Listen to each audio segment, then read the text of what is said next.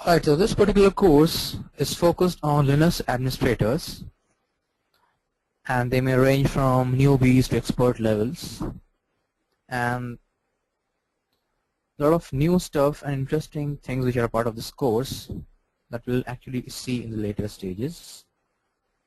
So let's move on. First of all, I would like to focus on the main objectives here. So you can definitely I have been a Linux administrator for nearing 8 to 8.5 years, and I've seen the ups and downs of this job, being day in, day out, doing all these stuff.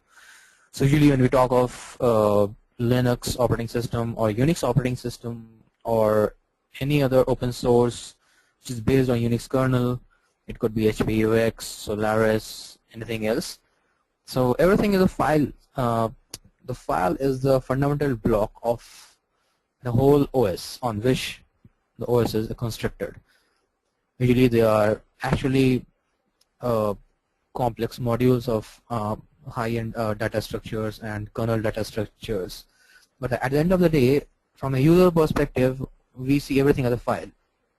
So the objectives actually revolves around this particular, file handling, directories, command line arguments, or environments. So definitely, then we'll have a look at the different run levels which are actually a part of this course, and after that we can see the number of processes, running processes, number of zombie processes, number of processes which are actually in sleeping mode, which are maybe in some other different modes that we will actually explore during this course. So this webinar is a short introduction to the whole exhaustive curriculum that actually we're going to cover in the full span of this course. So you will see a lot of stuff like starting, stopping virtual machines, controlling services, local and remote storage using partitions and logical volumes. Definitely LVMs are actually a critical part of any Linux administrators. So I'll emphasize more that LVM handling is complex, but it is very, very logical. And once you understand that, you can do a lot of things with the logical volumes. And the lab which I'm going to show you, small hands-on stuff, is also based on logical volumes. That lab is actually designed on logical volumes. I'm not going to show you anything on logical volumes as of now in this webinar, but that lab, that OS is actually installed on logical volumes that I can actually show you from the command line. Okay, and there could be others, maintain systems including software installation, update and core services, manage users. Definitely user administration is again a very important facet of being a Linux administrator. And user and group security is again, it's a very, very critical aspect. So all these are actually forms core objectives of this particular module.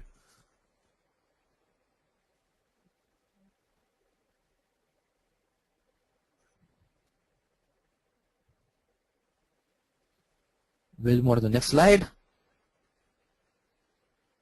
So this is just an overview. It is like, you can see the picture here. The picture shows a potter is trying to make a pottery with its nimble hands. So the expression or the gesture here actually shows the way Linux community has driven the development of this OS. They have actually done it beautifully, and the Linux is one of the most commercially successful version in the whole world, and it has got a huge it has got a huge support system worldwide. So the community or the developers, the kernel developers, if you see, are one of the highest in Linux. When you say Linux, it actually revolves around many versions. Many versions have actually popped up in recent years. The versions may be from a few KBs to a GBs. When we say few KBs, I'll say that there are versions which can actually reside on few MBs and maybe 100,000 KBs, and you can actually boot a whole system out of it. Actually, it will give you a running OS and it will do everything that a commercially successful system can do excluding certain features, but you will get a full-fledged running OS. So that's how it is. It is so flexible, it is so customizable, it is so modular in design that actually it gives you a brilliant overview of how and why Linux is so well accepted worldwide by the community, and it's still driven by a hell lot of contributors worldwide. So I'll just read out the points here, like something can download it from free and install legally on many systems. Definitely it's open source and there are many open source versions. Even you can install Red Hat, which is the most successfully commercially available version in the world. Red Hat is what I have worked on and I'm certified on that. So this actually shows how open source can be made profitable. Nowadays you can see all open source projects are profitable. So that is an oxymoron, but it is something that we have to live with it, and the things will continue evolving on open sources, and Linux is the core of each and every open source system that actually revolves out of the community. So without OS you cannot do, that's a bread and butter. And then definitely you can, if being an open source, you can edit it. Okay, the Linux installation process is much easier than Windows. I feel that, and I literally very uncomfortable with Windows. It may sound funny to many, but that's the reality. And with Linux I can do just anything in and out. It is a breadboard for me. Most malware systems, software systems are designed to attack Windows systems, so Linux OSs. Yeah, that's right. But you can have a contradictory view over this, because there are ways to actually hack in and take in the Linux. Also, there are certain crimeware frameworks available, like Metasploit, or there are many other crimeware available that you can use it. But yes, from a basic user's perspective, definitely it is one of the safest systems to work on. You'll also find less antivirus for the OS releases of Linux. There are certain like clam antiviruses and all, their modules are available. There are also many different features in Linux OS that actually will explain you why it is the most secured OS with respect to Windows and other systems. So when we talk of Linux, it could be, there are many versions like HP UX, Solaris, SUSE, Ubuntu. Ubuntu is one of the second most accepted after Linux. So yeah. So yeah, why Linux administration? Yeah, that is one of the major questions students or the attendees can actually look forward to. Definitely you can just have a look at the stats here. So Linux dependence becomes evident in a survey of 5,000 plus Linux professionals and hiring managers of the Linux Foundation and .com. So the first 3 points, 77% of hiring managers have hiring Linux talent on the list of priorities for 2014.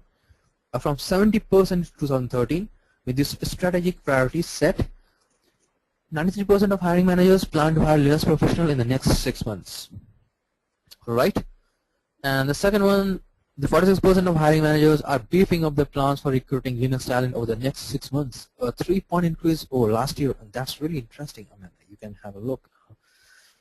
These points actually, pushes you to do something if you are a beginner with Linux or trying to make a career out of it, or trying to learn some advanced stuff, or maybe on the lab stack. Usually people are on the lab stack to actually explore more on the Linux administration side, because from the developer's perspective, definitely not much is required. But it's again out of curiosity. I'm just trying to explain here that yeah, any stack or full stack developer can also be a part of this course and learn a lot. And it will be very interesting to actually go through and sail through this course, because this will actually give you a brilliant overview of what Linux is and how it works. And the last point, 86% of Linux professionals report that the knowing Linux has given them more career opportunities, and 64% say they chose to work with Linux because of its pervasiveness in the modern day technology infrastructure. Yeah, that's right. Because if you ask my experience, definitely I've been in the industry for 8.5 years, and I've seen a lot of jobs, a lot of openings on the Linux administration itself. Every month, every day, I usually used to get a calls. Definitely, when you grow with experience, the calls becomes less. that's that's a reality. But again, we have to live with it. But yes, for a fresher or for a beginner who's actually looking forward for a brilliant, career profile, Linux is actually an added feather in the cap. So you should actually grab it with both the hands and should not let this opportunity out. Okay, because in the coming days you'll see more adaptation, more adaptation of this particular technology in each and every sphere. And usually most successful organizations in the world have adapted it, and actually, and also one of the most high-end research facilities like the NASA, you can ask of, or Livermore laboratories, or there are a hell lot of examples to actually say that Linux is very well known worldwide among everyone. So let's getting started. So yeah, that's again, you can just have a look at the slide. So this course is actually pointed at those who are very new, who are newbies, and wanted to understand and learn Linux, as well as also for those who are experts and been here for many years. So this is actually good because it covers a lot. The range of this course is actually wide. So it starts from basic and moves on to advanced stuff. So it's actually very well designed, and also it has got a lot of other opportunities like hands-on labs, project work, case studies, a lot of stuff here. So it will get you hooked in. So better tuned in for better stuff. So getting started with Linux administration, Linux administration job has one of the most rewarding job opportunities. I completely agree with this statement, because yes, it is one of the most rewarding jobs I've ever done, and I would love to continue that in the future also. So what all is required? This is just a few examples or use cases that we'll discuss here. Let's say it's a squid or NFS or IP traffic or syslog configuration or permissions and so on. So this course will give you a basic overview of how things will work. So what have I really worked with all these? Yes, I have worked with all these, and I have worked with the professional enterprise grade versions of all these releases of utilities. It could be Squid as a proxy server that you can use it to actually limit the bandwidth of many users if you're in a corporate environment and you have users connecting to internet, and you're trying to limit the bandwidth of each and every user via pipe that goes to the internet. Definitely you can use a Squid for it. It's by default is in a reverse proxy zone. So then the NFS is a network file system. Again, the NFS protocol is well known when you want to share, when you want to access a shared stuff. If you want to share something within the team, we'll actually go through it. IP traffic is again IP traffic monitor. You want to monitor the traffic of the IP networks via Linux console. You can use it. Syslog configuration is again for logging the system level messages and kernel level messages also. You can tune it syslog as per your requirements, and it has got many features. It has got many warning level, alarm level stuff that you can actually tweak in and configure, and you can get a syslog server for your environment, and it will be a collector for a lot of different things that you can actually analyze when the system goes down, and lot of and numerous examples you can quote with syslog. So we'll go through it, and then user permissions and so on. So yeah, that's a basic overview of. It's just the tip of the iceberg that we just went through. So it's just nothing. Okay. The basic roles and responsibilities of Linux administrator, definitely. Setting up and maintaining the system or server, user administration, as we have discussed.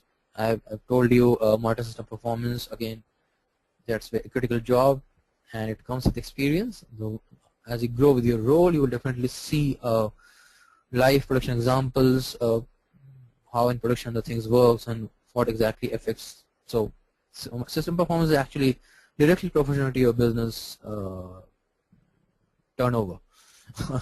So definitely this is a critical component. Handling hardware in occasion of hardware failure.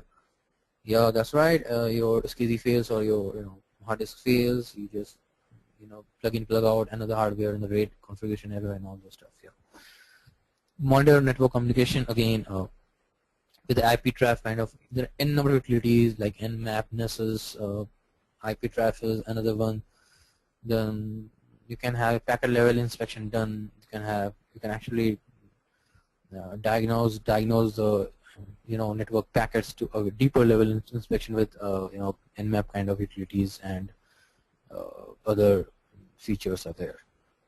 Nmap is most widely known. Again, IP traffic is a basic feature, basic utility that you can use it to monitor traffic. Then monitoring everyday system activities and evaluate availability of server resources. Yeah, that's right. Again, I can go to it tomorrow. There are a lot of commands. We'll go through it. Set up security policies for users and much more. So yeah, a lot of stuff, and a lot of new things that you will see here.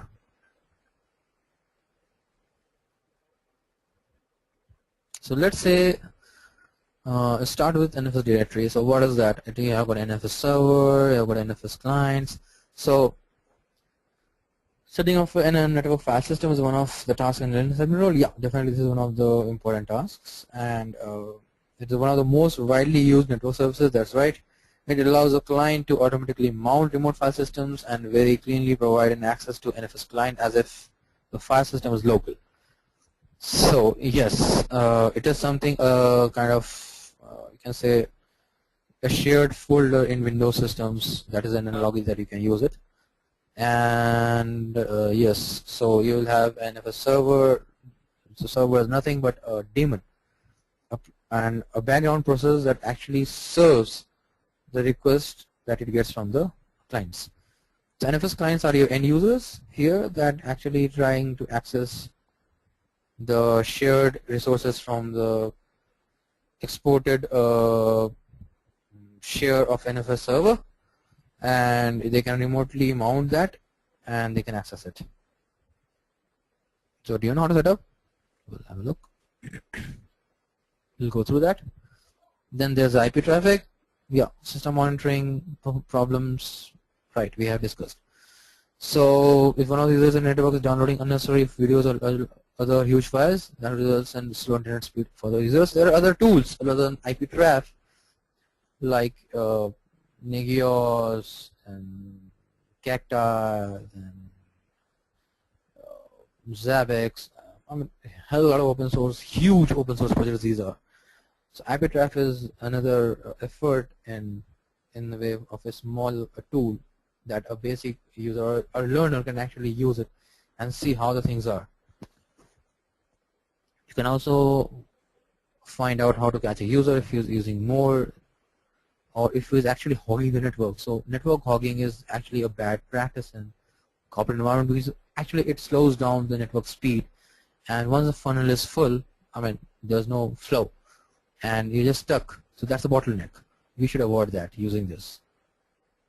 Again, Squid is a proxy server to restrict access to users to over high utilization bandwidth. Again, the same thing. So you can also have certain policies in your Squid that you can apply, and you can see which all networks are allowed, which all networks are denied. You will have a lot of different other policies. You can also use certain other third-party modules like antiviruses, which can actually scan the incoming and outgoing packages with in sync with the Squid implementation. So where do we host it? Could be DMZ or something else. Yes, we'll go through it. I'll not go a deep dive because these topics are actually deep dive, very deep dive. syslog configuration, as we have discussed, you can use for computer message logging. Using syslog configuration is very easy to monitor the system. Syslog daemon manages with any of the logging actions of the system's network. So yeah, so you can actually use syslog as one of the key logger for system messages. You can have a separate syslog server defined in your environment that will collect logs. In my production environment, there are 80,000 devices that write syslog and syslog server. So it is actually another version of syslog server. We call it a syslog NG, next generation, because it is actually hugely advanced mode to actually support a lot of logging. So the syslog here is by default version of Linux and Red Hat systems. So let's understand the scenario here. Let's see. Sorry.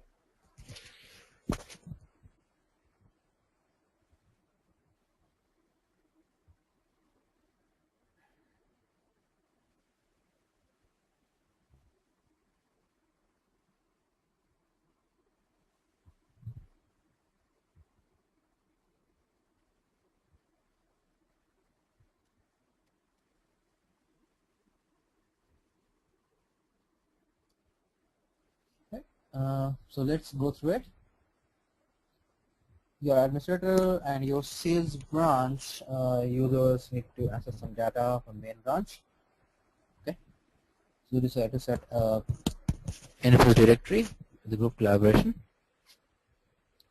So user reporting the network is very slow. Bulk copying is happening from main branch. Copies for new rule for to give restricted internet access to the sales employees. The company wants to monitor the new branch. So all these tools will be used in this particular scenario.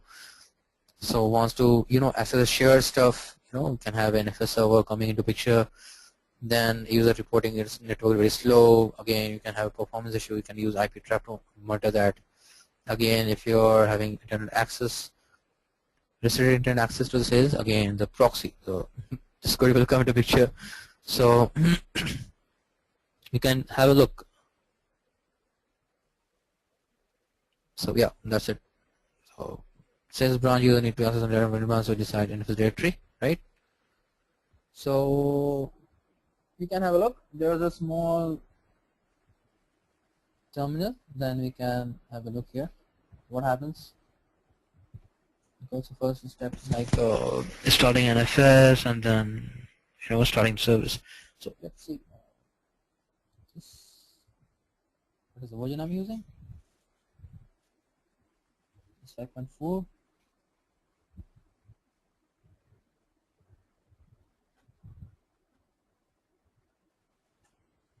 So I told you I'll show you the logical volumes. So this is how it looks. See.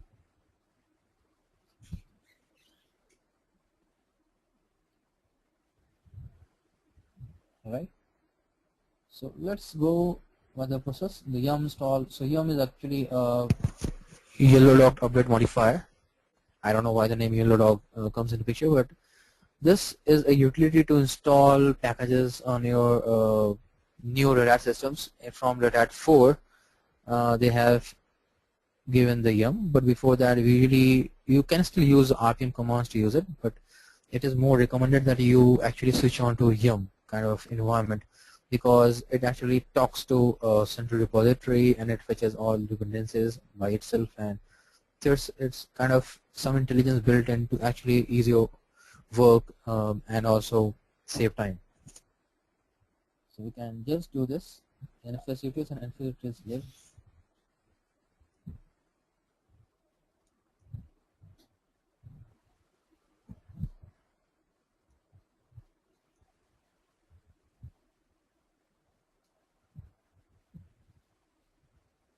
Daily sessions, how can you set up this NFS, this yum. There's a way to actually install or enable the yum environment in your system. Being a remote lab, and I have done a pre-demo environment setup, and that's the reason you are seeing a seamless stuff happening right now on the screen. But it actually required a lot of, not very detailed, but there are a few steps involved in setting up yum server and enabling yum command line so that it fetches the packages and it can resolve dependencies. So these are not covered as of now, but because it will take more time. So all those will be covered in the exhaustive curriculum that is being there. Again, we can have a command like csk-config and fs on.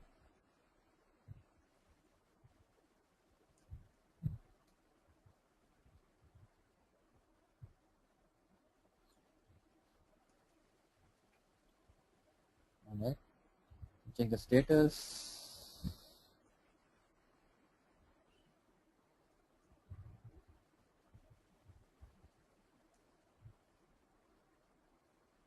So now it is stopped. Not yet, because I'll also go through why the status is showing stopped now, because if this check config is actually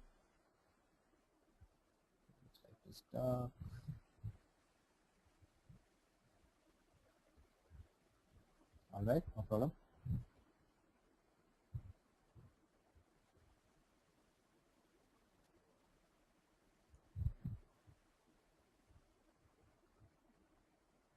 Port map is running. But the csk-config does not actually enable the service. It is just a run level command to make sure that your services are up and running when your system moves in a particular run level. So as of now, our run level is 5. Okay. The previous run level was, there's no run level, so directly booted to 5, right? So that's the history of run levels. So in 5, whenever your system moves in, you will have these NFS and port on services running. Just make a new directory.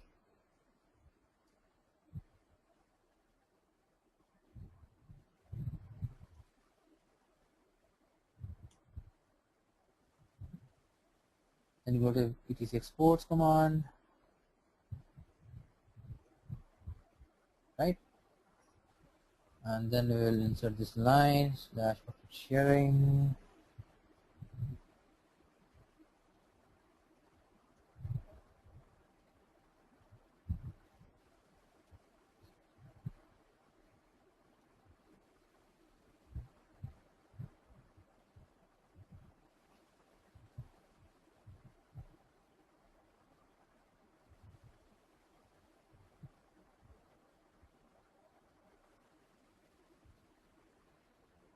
Or we can give the IP of the system. I think the IP is different in the system.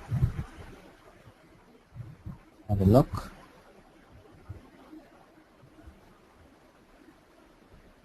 Let me use this.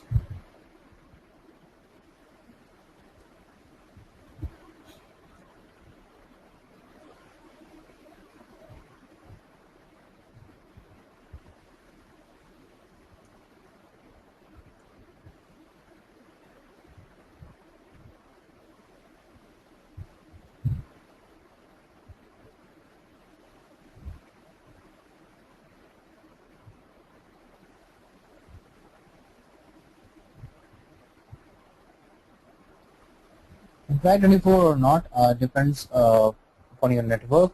So the CID notification actually depends what exactly is your system. So we can also directly write an IP and write all these features, not a problem. RW sync nodes cache.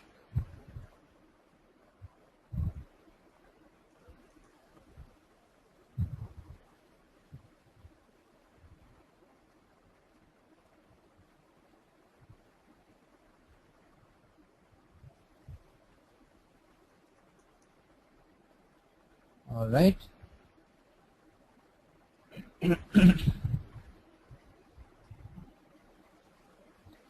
So What have we done? We have these features, like it should be in this particular share should be in a read-write mode. It should be synced, okay, with any changes that's happening on the NFS server folder location. That should sync with this shared location also, because this is the one location that is shared, and it should have no root splash. So nobody should be able to access it by root. So it will be an NFS user only.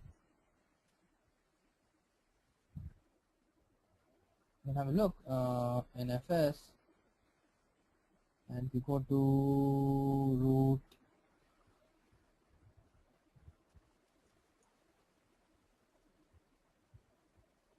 it's not coming straight. It's like, all right, you can go through it. There's a hell lot of stuff. It's very detailed. So it's not recommended right now to go through it. Alright, then there's another one we can add, command group add, the same with the second scenario that you know the sales people want to have the collaboration, right? So we'll have a different group for sales.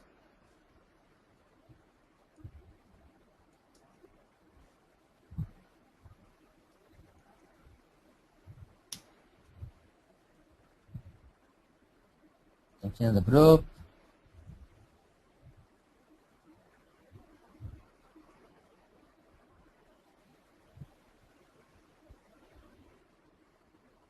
Yes, profile sharing. Okay. Okay. Maybe the mistake here. Profile sharing now then.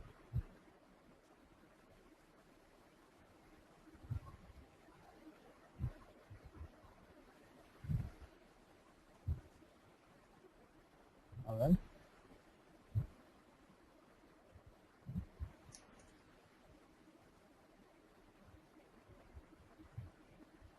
Okay. Then set full permission to owner and group. Just sticky bit on and no permission to others. Alright, we'll do a sticky bit here.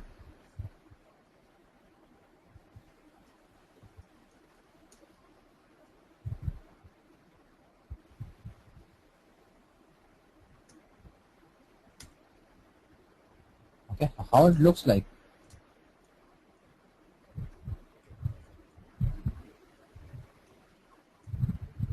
Looks like, see the sticky bit here, it is S, right? So that we have done it on the folder. Sticky bit is always set on the folders with respect to any group, or I mean not, yeah, so usually the owner of the group can only, the members of a particular group can actually only share this particular folder, and there are no permission to others, right? So only the owner and the group can access this, and others who are not a part of this group will not be able to access this folder. So that is how you can secure it. That's a security feature. And then you can do, alright.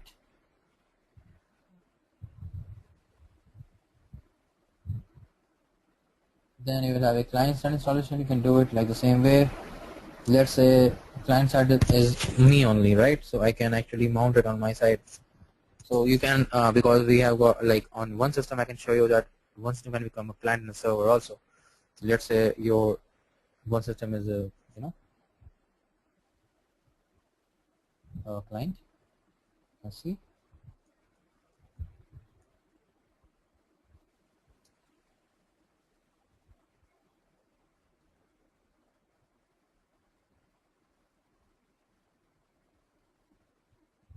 Sorry, I have to give this IP.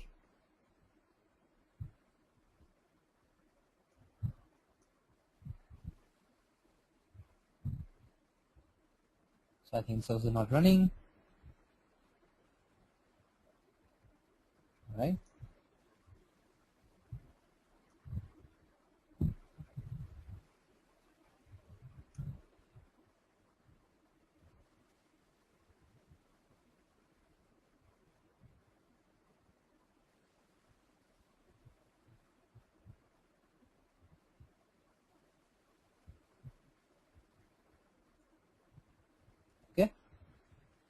got it here, right? Service is not running, that's why it was showing as some error, client update error. But now it is showing as export list, profile sharing on this particular local IP. So can configure it, can mount it. Let's say I'll mount this in somewhere else.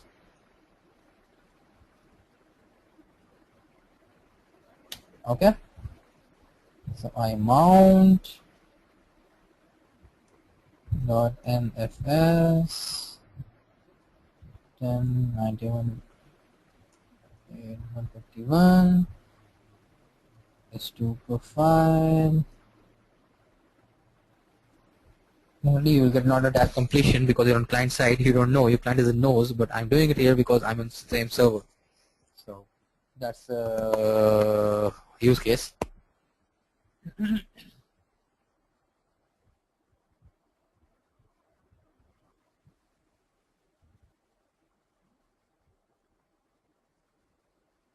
Sorry. Okay. So when you go inside this, you can see the same. You can do check, recheck with this. The NFS share is actually mounting a NFS share from the server. And in the local system is still the, so whatever you put in here will be synced because you have put an option of sync, and this can actually see everything what is there on this. This is how it works. Okay, we'll move to the next. Unmount, you can use the mount command to check the mounted directory. Definitely you can use it. Another way of doing it is mount, which will give you a lot of stuff. You can see it here. So read write and address is this. So that's how it works. You have to make it permanent by using this, putting it as server IP. You can do same here. So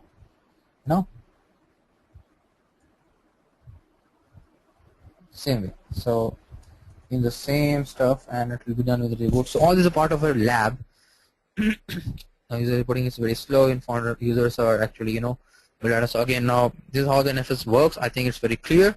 So we'll have all the default steps being done, and you will do it, and you can, once you get the package installed, you can install it, and you can do the changes of configuration files, and it's very complex. So I mean, it's very complex in the terms. It depends upon your requirement, what you want it to do, but basically it just mounts a remote file system. That's it.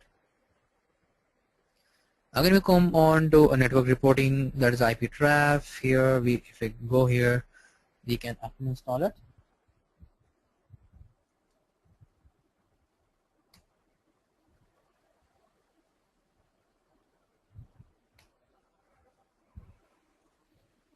All right. So again, the ping command, you can use it. Okay. So, but you can still use a different utility to actually understand what is happening in the system. So, but the ping is an important communication that is required for you to check and pre-confirm that your monitoring node is available, that you will use it for IP traf. Let's say I have a monitoring node here.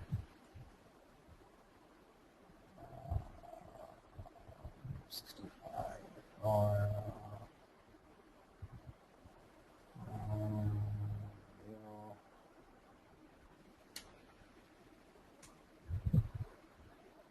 see, it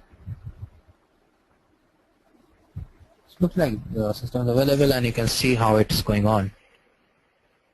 So the TCP connections. There are other tools also which kind of be a part of a tool set. Something like so yeah, that's very basic. You can go through it once and you can install it, and you can see, you can monitor the traffic, what the packets are going on, and you can do other customizations also apart of it. So I have selected all interfaces. Definitely, if you have multiple interfaces, like more than one networks or more than one routes on your particular server, you can also add that as a part of default monitoring step, and it will monitor the traffic on all the interfaces.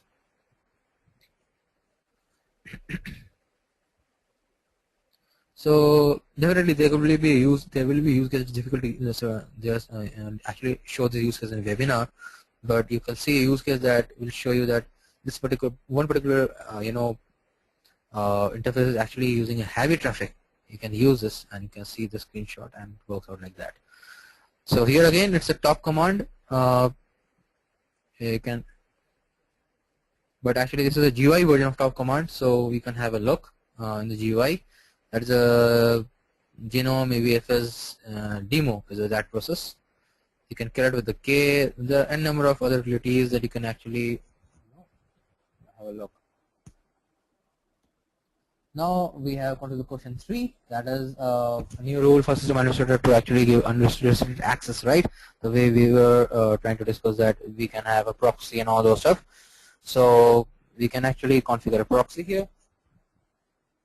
Well, actually, we are actually doing a very basic default installation of all the utilities just to give you an overview. What will be the next steps that when you attend the full curriculum, you will be part of that.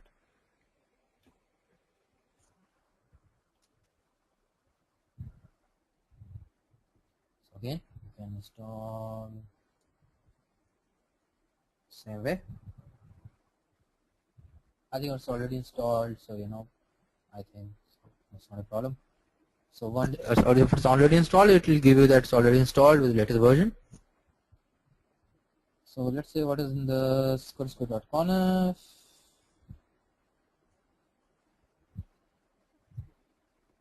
You see the number of lines in this file? Holy shit! So it's like 4,518 lines. Okay, so hugely configurable file here, and you can do numerous things with this particular configuration file. So Squid is actually highly flexible, and you can do n number of things with Squid with respect to monitoring, with respect to bandwidth filtering, with respect to security, with respect to hosting environment in DMZ, or with anything. Any third-party integration tools can also work with Squid. So it can actually give you a full-blown architecture of the things that you can actually work out with your security tools like IDS tools or other security frameworks. So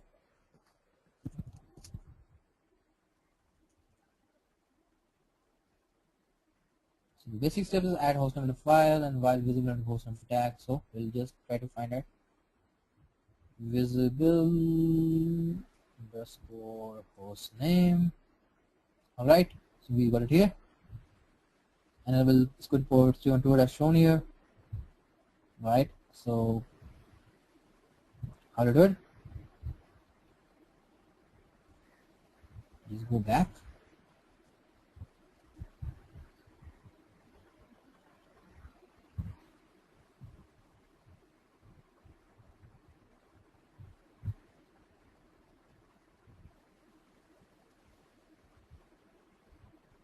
You can add it here, right?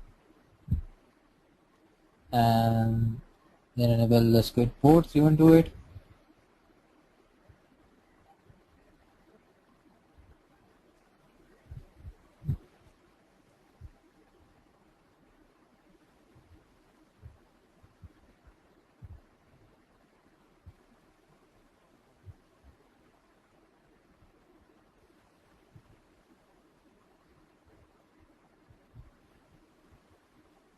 Find that.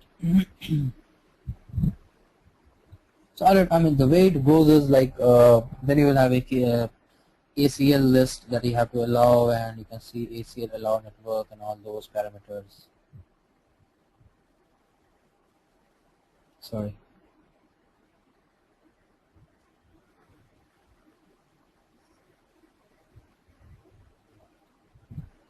ACL. It was a huge file, so sometimes it's difficult to comprehend the whole stuff at a go.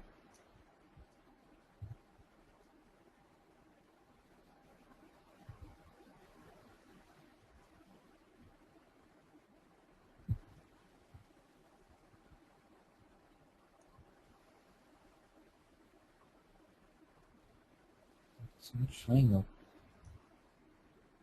So yeah, so here it is how it goes. So you can define it here, and the same way it works. You can define the network here, which you wanted to allow, which you wanted to deny, and the same way you can do the configuration here. This is a kind of minimal configuration that you can go through, and you can just add all these ports. Okay.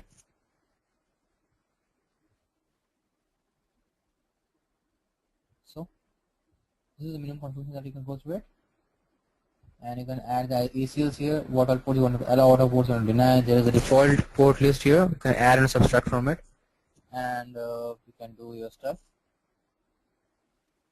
Okay. And then you can implement the access list. The same way you can do. And should be access allow, localhost, access deny. And then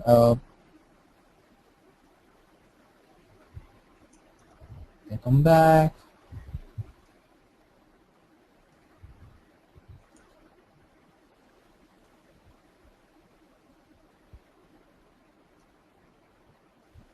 We have not defined this file, right? So we have defined this file, and we will write something like this. Okay, these lines you have to do. In the HTTP web allow, you can have web allow file, what particular sites you want to allow them, what particular you want to deny them. Okay, and you will use this directive, and once you use the directive, so HTTP access allow, you can insert the lines, something like that. So yeah, I mean the way you do it is something like that.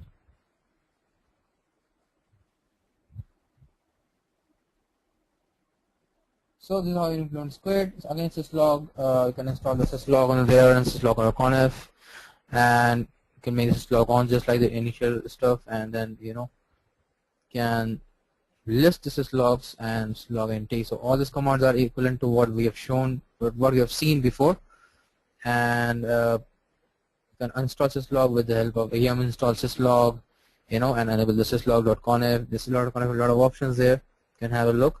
The way you can define it. So this is how it starts.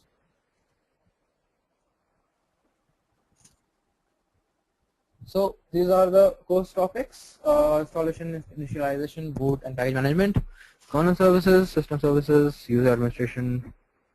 These are the main course topics that you'll be going through it. And how it works: definitely Edureka is something that has got multiple support systems. You have a live online class going on right now. Similar class we will be going through the full curriculum when you attend the exhaustive one. And there's a class recording that you can access it anytime in the learning management system. You can go to the landing page and have a look. Then the 24/7 post-class support is there. So then you have got a module-wise quiz, project work. So there's a module-wise quiz.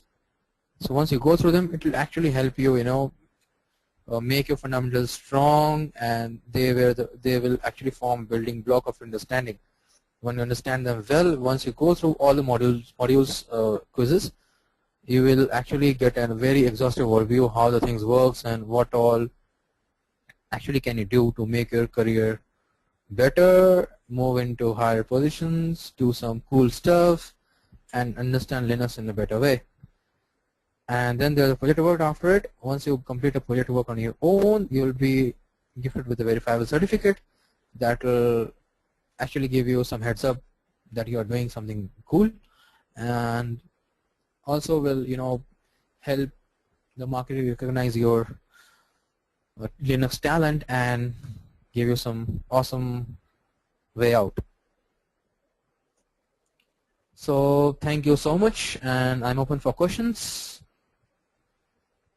You have certain handles in the address below on the slide, like Edureka N, and hashtag is Ask Edureka. And at the landing page, you can go to the Linux admin. That's the last one. I'm open for questions. Thank you.